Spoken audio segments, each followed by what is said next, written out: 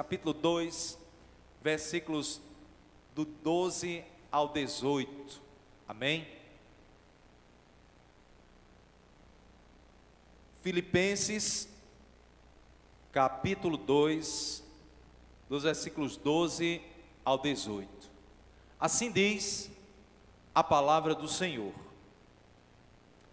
Assim, pois, amados meus, como sempre obedecestes, não só na minha presença, porém muito mais agora, na minha ausência, desenvolvei a vossa salvação com temor e tremor, porque Deus é quem efetua em vós tanto o querer como o realizar, segundo a sua bondade. Fazei tudo sem murmurações, nem contendas, para que vos torneis irrepreensíveis e sinceros, filhos de Deus, inculpáveis no meio de uma geração pervertida e corrupta, na qual resplandeceis como luzeiros no mundo, preservando a palavra da vida, para que no dia de Cristo eu me glorie de que não corri em vão, nem me esforcei inutilmente. Entretanto, mesmo que seja eu oferecido por libação, sobre o sacrifício e serviço da vossa fé, alegro-me e com todos vós me congratulo. Assim vós também, pela mesma razão, alegrai-vos e congratulai-vos comigo. Vamos orar mais uma vez? Pai, estamos diante de Ti, da Tua palavra. Suplicamos mais uma vez a graça e a iluminação do Espírito Santo do Senhor, para que possamos compreender, Senhor, ó Deus, um pouco de tantas verdades que nós encontramos em Tua palavra.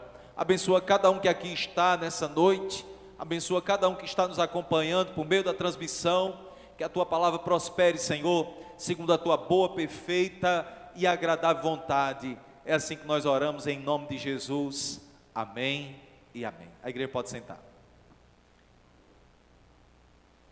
Meus irmãos, pensando nessa passagem, eu pensei em um tema para compartilhar com os irmãos, que é chamados para crescer e não para atrofiar. Nós precisamos entender essa verdade bíblica, irmãos. Aqui nós encontramos esse convite do apóstolo Paulo, essa orientação da palavra do Senhor, para que o povo de Deus, para que nós cresçamos e não vivamos uma vida cristã, uma vida espiritual atrofiada. A atrofia muscular, irmãos, ocorre quando há a falta de exercício físico, e aí há uma diminuição da força e da massa muscular. Nós sabemos disso, nós sabemos o que é uma atrofia. Da mesma forma, irmãos, a nossa vida espiritual, o nosso desenvolvimento espiritual, ele pode atrofiar. Nós podemos perder sim toda a musculatura espiritual e cairmos em um retrocesso, que será necessário muito esforço para a gente recuperar tudo aquilo. A palavra de Deus, ela nos mostra que nós devemos exercer a nossa vida espiritual, nós devemos praticar as disciplinas espirituais, para que nós não venhamos atrofiar. Muitos crentes hoje, infelizmente, encontram-se nessa condição de atrofia espiritual e continuam bebendo leite e não conseguem se alimentar de alimento sólido. E nós vamos perceber, irmãos, aqui no texto, e à luz de toda a palavra de Deus, que o crescimento espiritual, ele está fundamentado, enraizado na palavra de Deus, na convicção daquilo que nós somos, daquilo que Jesus fez por nós na cruz do Calvário.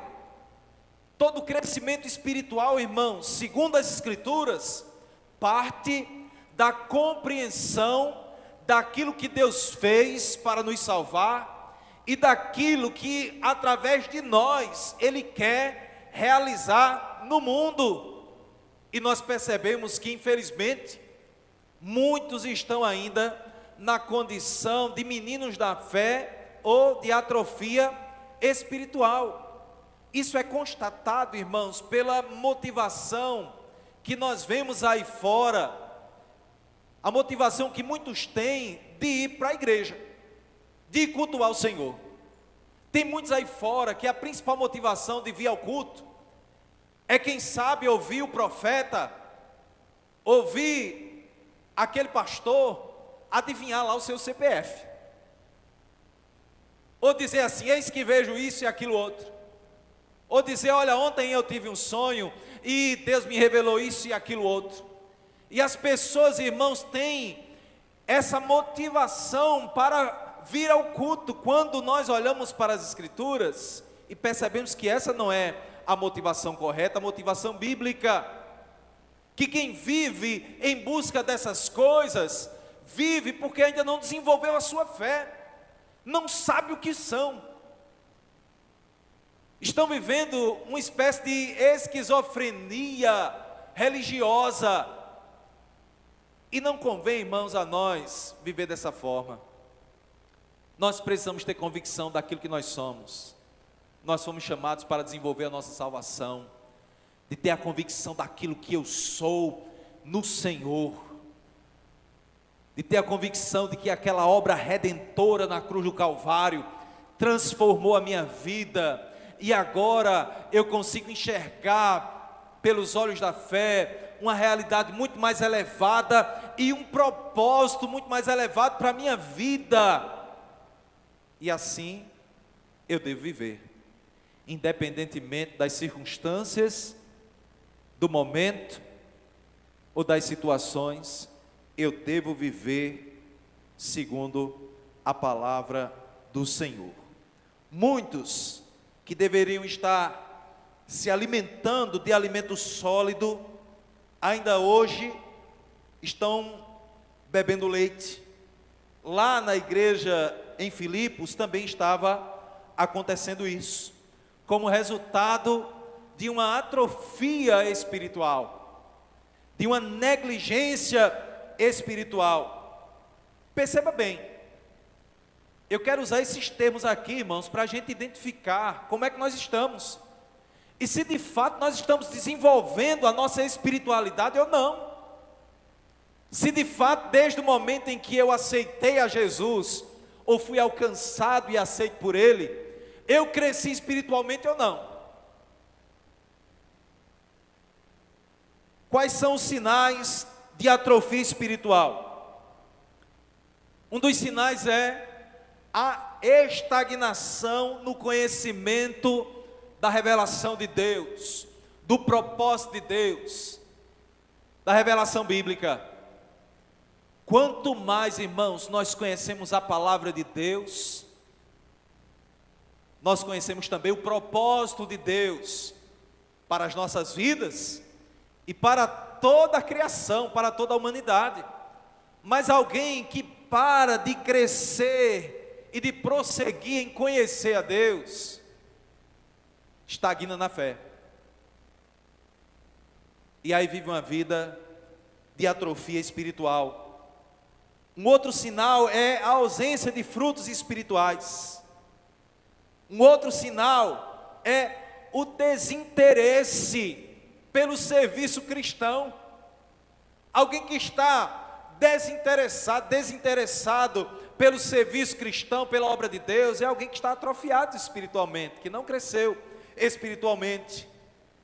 Alguém que vive um relacionamento superficial com Deus, é um relacionamento somente de querer algo da parte de Deus, algo das mãos de Deus, e que não quer Deus, não quer Deus controlando a vida, não quer Deus guiando os passos, não quer Deus fazendo ele renunciar. Não, quero Deus para eu ter saúde, eu quero Deus para Ele me dar alguma coisa que é do meu interesse. Ah, irmãos, esse é um relacionamento superficial com o Senhor.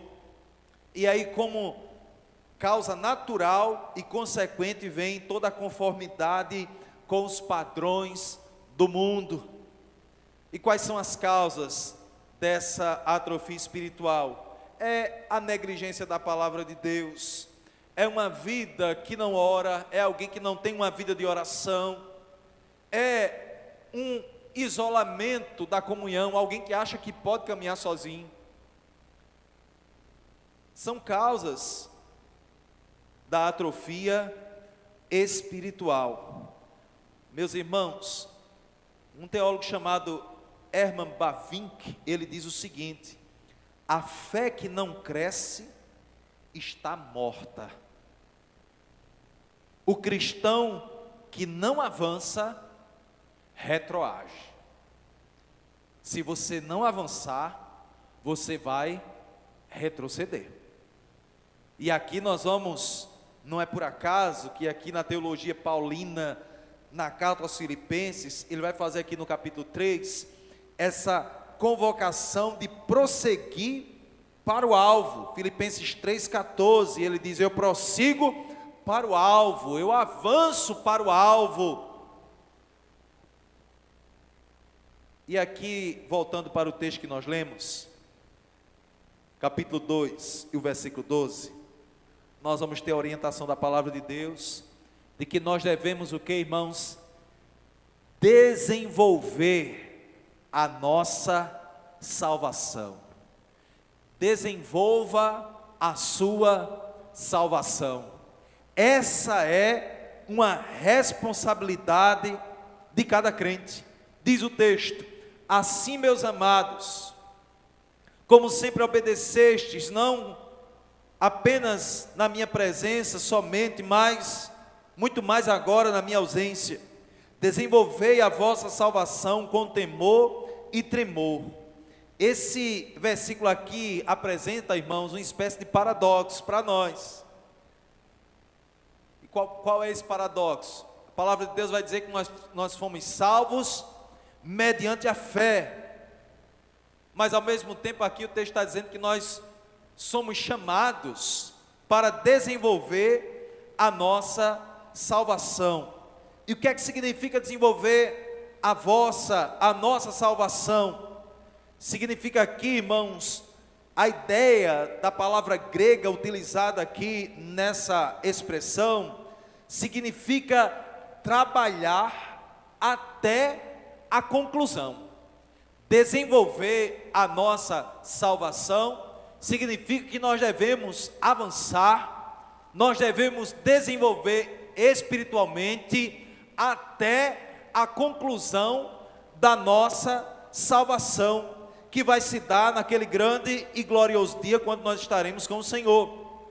Aqui Paulo não está sugerindo que os filipenses deveriam ganhar a sua salvação, desenvolver a salvação para obter a salvação. Ele não está dizendo isso. Ele está dizendo que eles precisavam manifestar a salvação que eles receberam no Senhor, desenvolvendo essa salvação, testemunhando dessa salvação, por meio de ações práticas. Paulo não está dizendo aqui, trabalhe pela sua salvação. Ele está dizendo, trabalhe a partir da sua salvação. É por isso que é importante, irmãos, a consciência daquilo que nós somos. E aqui nós vamos ver, irmãos, que nós não fomos salvos sem propósito. Nós não fomos salvos para esquentar um banco de uma igreja e viver sem propósito na vida, não. Quem sabe, meus irmãos, esse entendimento equivocado do cristianismo no Ocidente, sobretudo no Brasil, em nosso contexto, é que tem deixado muitos confusos, sem saber para que foram salvos, o que é que estão fazendo no mundo. Isso é extremamente lamentável, irmãos. Olha só, uma família de muçulmanos, eles sabem o que eles são,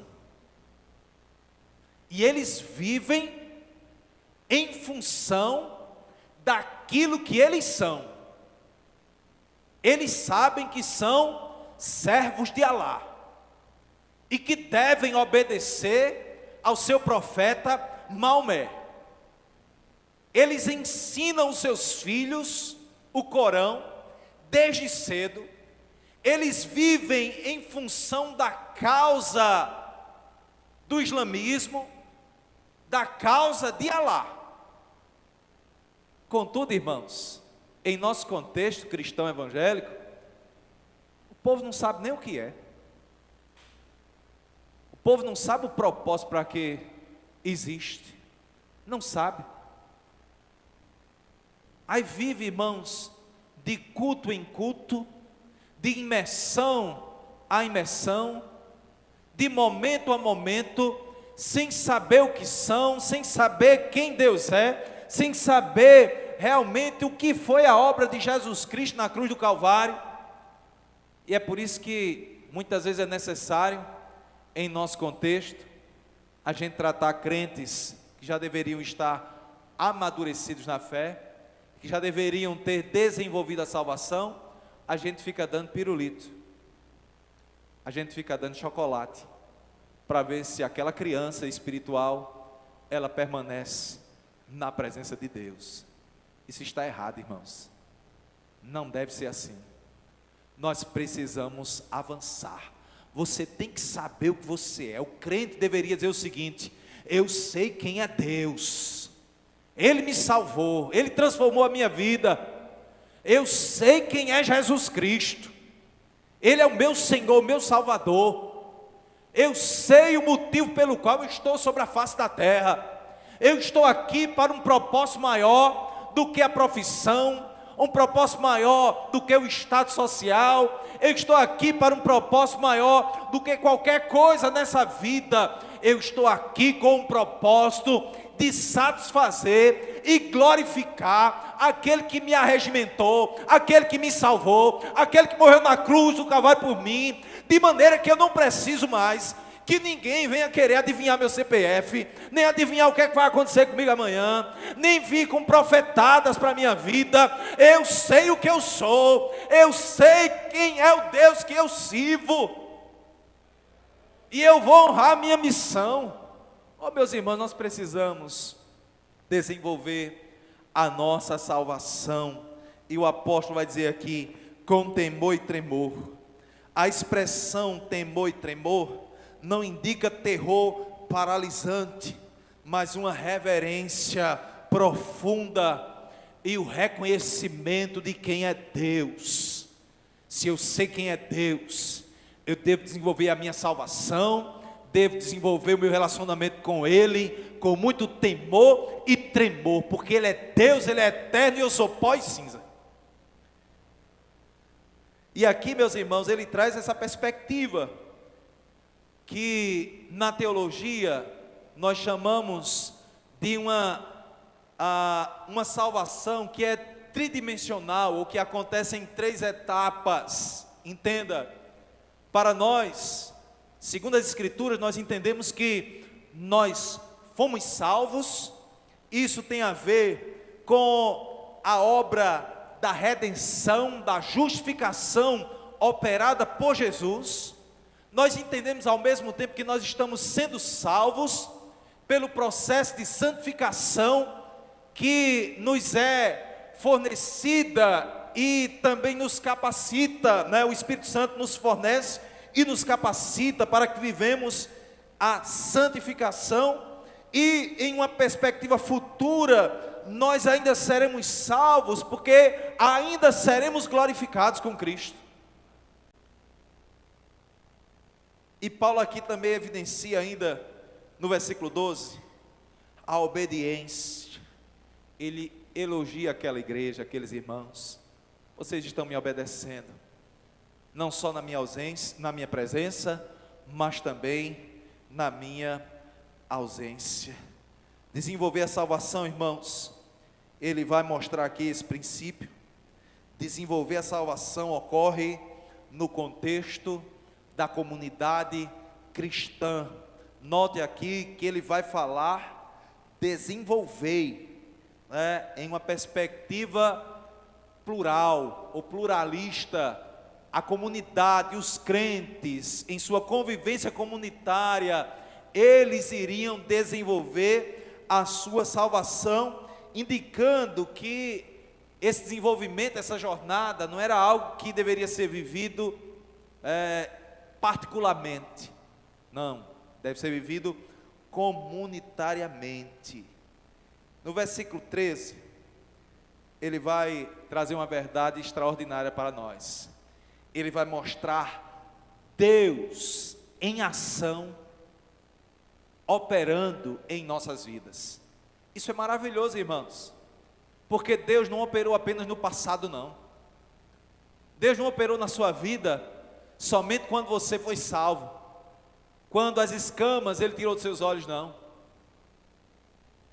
Ele operou no passado, Ele está operando hoje na minha vida, na sua vida.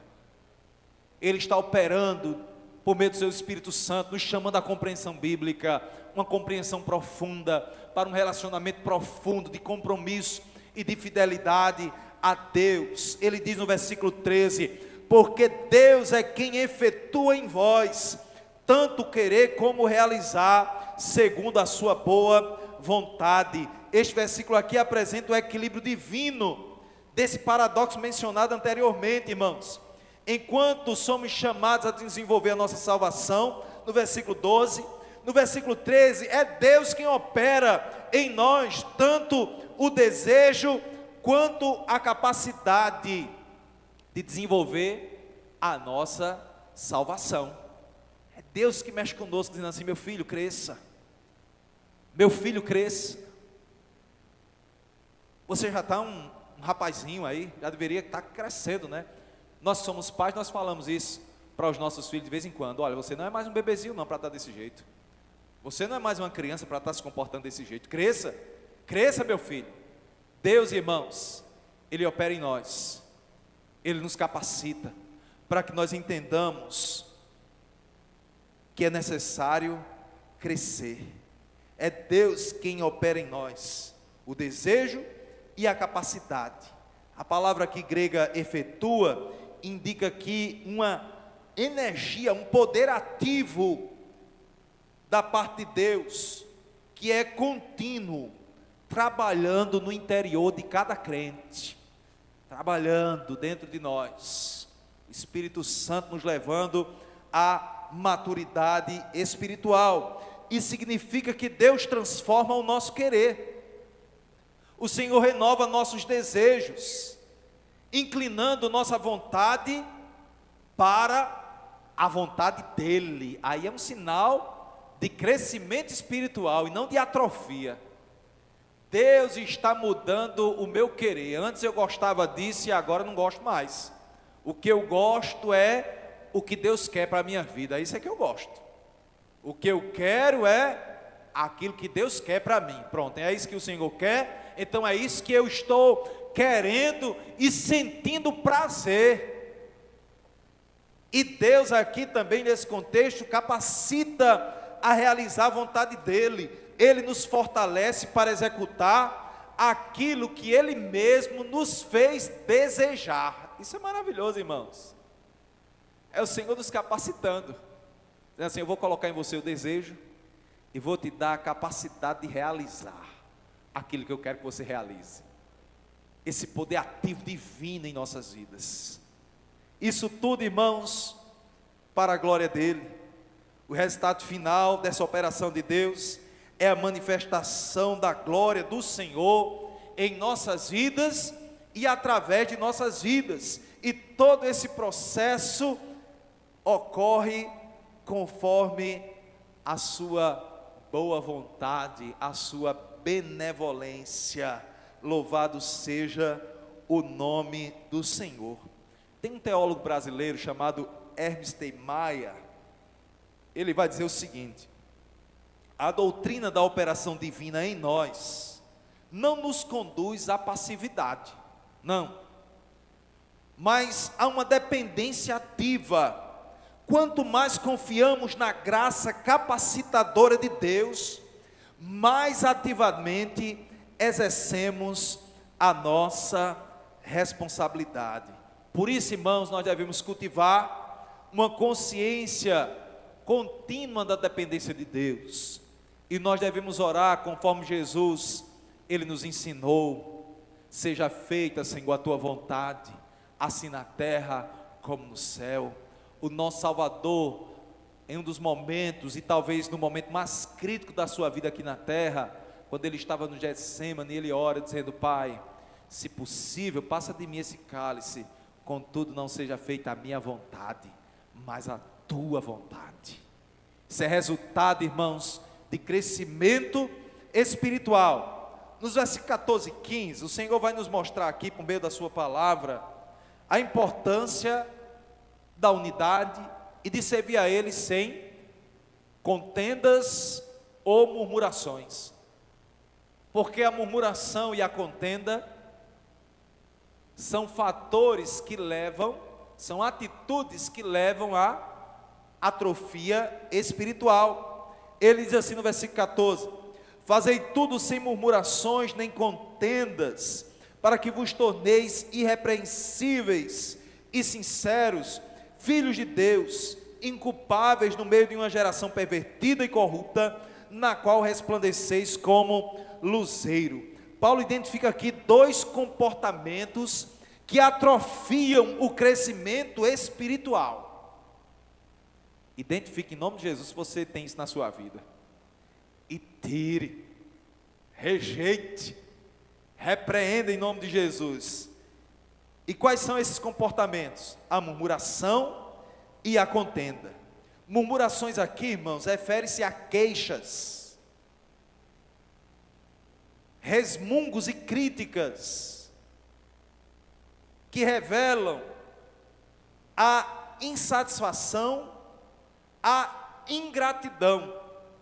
E é interessante que esses termos aqui utilizados por Paulo nos remete os seus leitores a dois momentos lá do povo de Israel, quando o povo de Israel começou a murmurar contra Deus, começou a viver nesse contexto de murmuração e contendas contra o Senhor, conforme descrito no livro de Êxodo 16, versículo 2 a 8, e também Números 14, 27.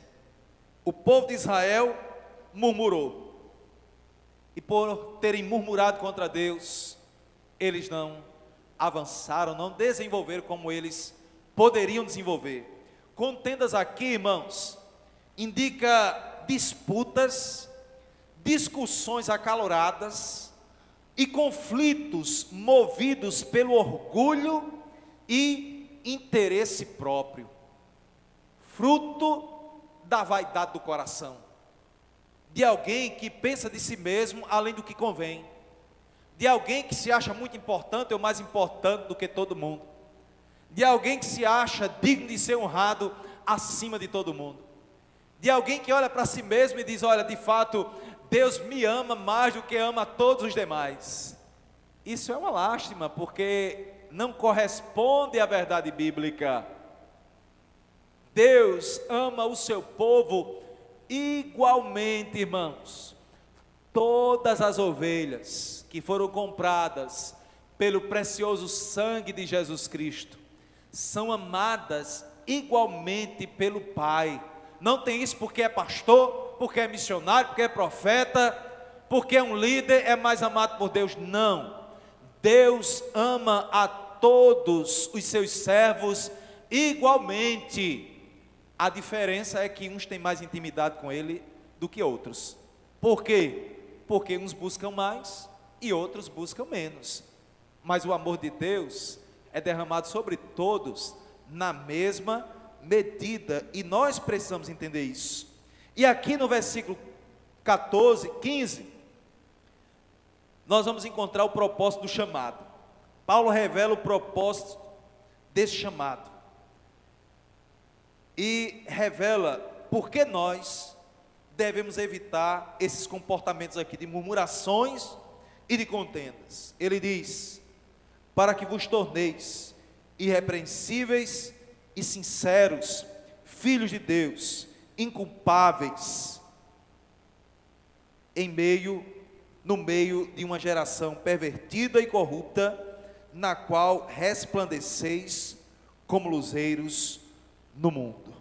Meus irmãos, as murmurações e as contendas, nas palavras de Charles Spurgeon, as murmurações e as contendas são para a igreja o que as doenças autoimunes são para o corpo.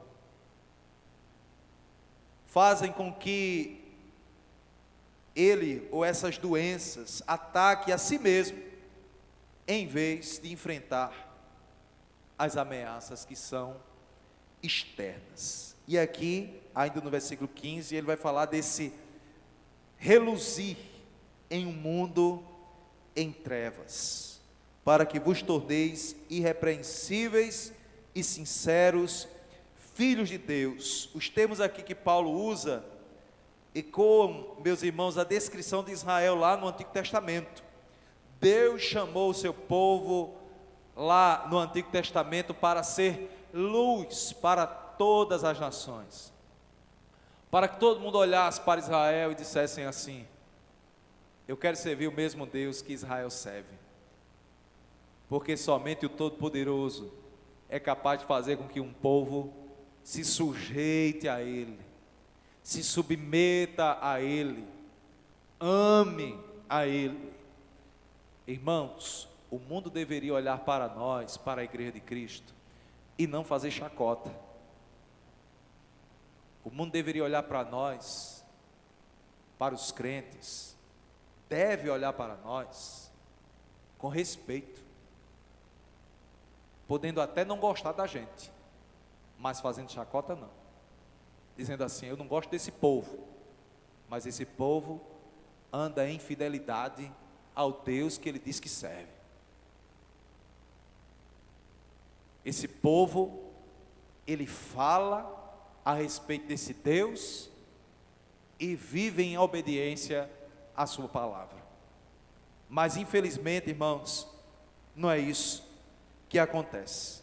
O povo de Israel viveu um contexto marcado por desvios morais e também distorções espirituais. E percebam se não é o mesmo que acontece conosco hoje.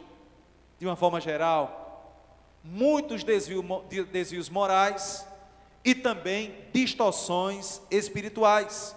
Mas a palavra aqui nos chama a resplandecer como luzeiros, evocando aqui uma imagem de uma luz que está brilhando não para si mesma, mas está brilhando para iluminar aqueles que estão em trevas. Adiantando aqui, a palavra ainda vai falar, no versículo 16, preservando a palavra da vida, preservando esse tesouro que nos foi confiado. Paulo aqui exorta os filipenses a preservar a palavra da vida, retendo firmemente essa palavra. O significado aqui, irmãos, de preservando a palavra da vida, é possível também traduzir como retendo firmemente essa palavra e ao mesmo tempo oferecendo graciosamente essa palavra. Nesse primeiro sentido aqui, enfatiza a ideia de reter a palavra, a nossa responsabilidade de agarrar-nos à palavra com persistência e fidelidade, mantendo essa palavra como fundamento da nossa fé. É a revelação de Deus, irmãos, o fundamento da nossa fé. A palavra de Deus, se nós cremos que de fato a Bíblia, ela é a revelação de Deus, única regra de fé e prática para o cristão, nós devemos nos agarrar a essa palavra com firmeza. Oferecendo a palavra é uma outra possibilidade. Significa ou destaca aqui a nossa missão de estender a palavra aos outros. E aí, alguns doutrinadores vão defender o seguinte: como quem segura uma tocha em lugar escuro, os crentes devem erguer a mensagem do Evangelho em um mundo que precisa desesperadamente de sua luz. Essa palavra, irmãos, nos foi confiada para que nós a preservemos, para que nós retenhamos essa palavra, guardemos essa palavra com firmeza, para que também nós venhamos pregar, erguer, falar dessa palavra que é a palavra de Deus. A expressão aqui, palavra da vida, significa que a palavra não é meramente informativa, mas transformadora. Ela não apenas nos instrui, mas também nos vivifica. É por meio dessa palavra, irmãos, que nós somos quebrados. A palavra do Senhor é esse martelo que esmiuça a penha, que fica martelando lá no nosso coração, que fica dizendo, mediante a ação do Espírito Santo, nos fazendo lembrar da palavra, dizendo assim: você tem que amar, você tem que perdoar, você tem que servir, você tem que renunciar, você tem que amar, você tem que ajudar, você tem que adorar, você tem que sacrificar. É a palavra do Senhor que fica lá, tirando muitas vezes o nosso sono. Essa palavra que nós devemos reter e que nós devemos testemunhar. Por último, irmãos, nós vamos encontrar aqui nos versículos 17 e 18 um regozijo de um servo do Senhor, de alguém que cresceu espiritualmente, que foi tratado por Deus e que atingiu essa maturidade da fé. Ele vai dizer o seguinte: mas ainda que eu seja oferecido por libação sobre o sacrifício e serviço da vossa fé, alegro-me e regozijo-me com todos vós, e vós também alegrai-vos, regozijai-vos comigo. Meus irmãos, não é por acaso que essa sessão, ela vem logo na sequência, essa sessão das Escrituras, os versículos 12 ao 18, eles vêm logo após do exemplo maior que nós encontramos nas Escrituras, que é o exemplo do próprio Cristo, que Paulo traz aqui no capítulo 2, dos versículos 5 até o versículo 11. Ele vai falar da abnegação do Filho de Deus, da renúncia do Filho de Deus, da humilhação do Filho de Deus, e ele está fundamentando toda a sua orientação no exemplo do Filho de Deus. E aqui ele não apenas fala, mas ele está disposto a viver tudo aquilo que o Filho de Deus também viveu. Quando ele olha para o seu Salvador, ele enxerga que o seu Salvador, sendo o Senhor do universo, não julgou com usurpação ser igual a Deus, mas ele se esvazia, assume a forma humana, a condição de servo, torna-se obediente até a morte, e morte de cruz, demonstrando uma vida que viveu, sabendo quem era, por que estava aqui, e foi até o fim sua missão. Ele mostra o exemplo do nosso Salvador, e aqui ele está dizendo, irmãos, eu estou disposto não apenas a ensinar o exemplo dele, eu estou disposto a viver o exemplo dele. Eu estou disposto a ser oferecido como libação. Ele se vê como uma libação, uma oferta líquida, derramada sobre o sacrifício principal. E que sacrifício principal era esse, irmãos? A fé dos filipenses. E aqui nós aprendemos com Paulo, com o exemplo dele, que alguém que cresce espiritualmente, não cresce para a glória de si mesmo, não cresce para ser ovacionado, não cresce para se tornar um notável, ele cresce espiritualmente para se oferecer em benefício do povo de Deus. Oh, irmãos, como o reino de Deus e a palavra de Deus, ela é diferente de toda perspectiva humana e terrena. Ele diz aqui: sacrifício da fé dos filipenses. A vida de obediência e serviço dos crentes constitui aqui a oferta principal a Deus. Ele está dizendo: olha, o que eu posso fazer realmente para glorificar o meu Senhor é me sacrificar em benefício da fé de vocês. E eu vou fazer isso. Se for necessário, eu vou morrer para o benefício da fé de vocês. E eu vou me regozijar nisso. Eu não vou me entristecer com isso, não. O apóstolo derrama a sua vida como oferta que iria trazer benefício para a vida dos filipenses. Meus irmãos, o conceito de libação era familiar, tanto no contexto judaico, como também no contexto romano. Essa libação, essa oferta líquida, era o vinho que era derramado como oferta aos deuses, lá no contexto romano, grego, e no contexto da palavra do Senhor, era aquela oferta de libação que o sacerdote, ele apresentava diante de Deus. Esse contexto aqui revela um coração espiritualmente maduro, que não busca os seus próprios interesses, mas que busca o crescimento dos demais.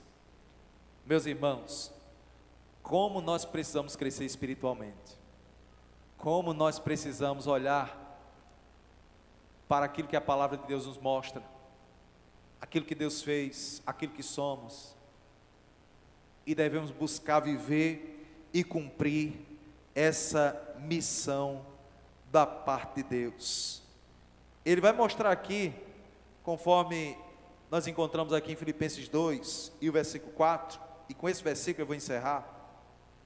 Ele diz: não tenha cada um em vista o que é propriamente seu, senão também cada qual o que é dos outros, ou do interesse de outros, ou do benefício dos outros.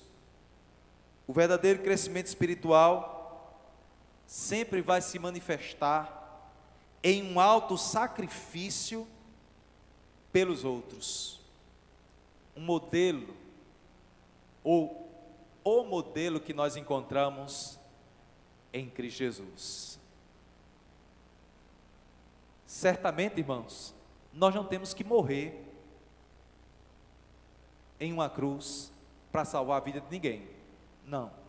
O nosso Salvador já fez isso de uma vez por todas, e o sacrifício dele foi e é suficiente. Contudo, o desenvolvimento espiritual, o desenvolvimento da salvação, leva-nos a uma compreensão bíblica que é muito mais elevada do que aquilo que nós temos visto em nossos dias. Nos leva a entender que nós devemos buscar a glória de Cristo, entendendo aquilo que nós somos, para que nós estamos aqui, e também ter interesse direto na edificação da fé, no crescimento da fé dos nossos irmãos. Mas para isso, irmãos, aqueles que têm a ousadia de entender essa palavra e buscar colocar em prática, eles entendem que não é fácil, que vão ter que se sacrificar, mas eles, com todas as suas forças, eles podem afirmar: eu estou disposto e eu vou. Irmãos, nós poderíamos estar no inferno. Você tem essa compreensão bíblica? Que você, nesse momento, você poderia estar morto no inferno, na perdição eterna? Não murmure contra o seu Senhor, não murmure da sua vida, não reclame, porque o cristão que tem um entendimento bíblico sabe que merecia o inferno, sabe que merecia essas correntes das trevas eternas. E sabe que o Senhor o resgatou disso tudo. E agora não é mais escravo do diabo, nem do mundo, nem da sua própria carne. E fundamentado nessa realidade bíblica, naquilo que Jesus fez, ele procura desenvolver a salvação, avançar e não retroceder. Eu quero convidar o Ministério Louvor aqui, nós vamos louvar o Senhor com a canção, e nós vamos orar. Que Deus abençoe a sua vida, que Deus abençoe a sua fé, a nossa fé, amém, irmãos?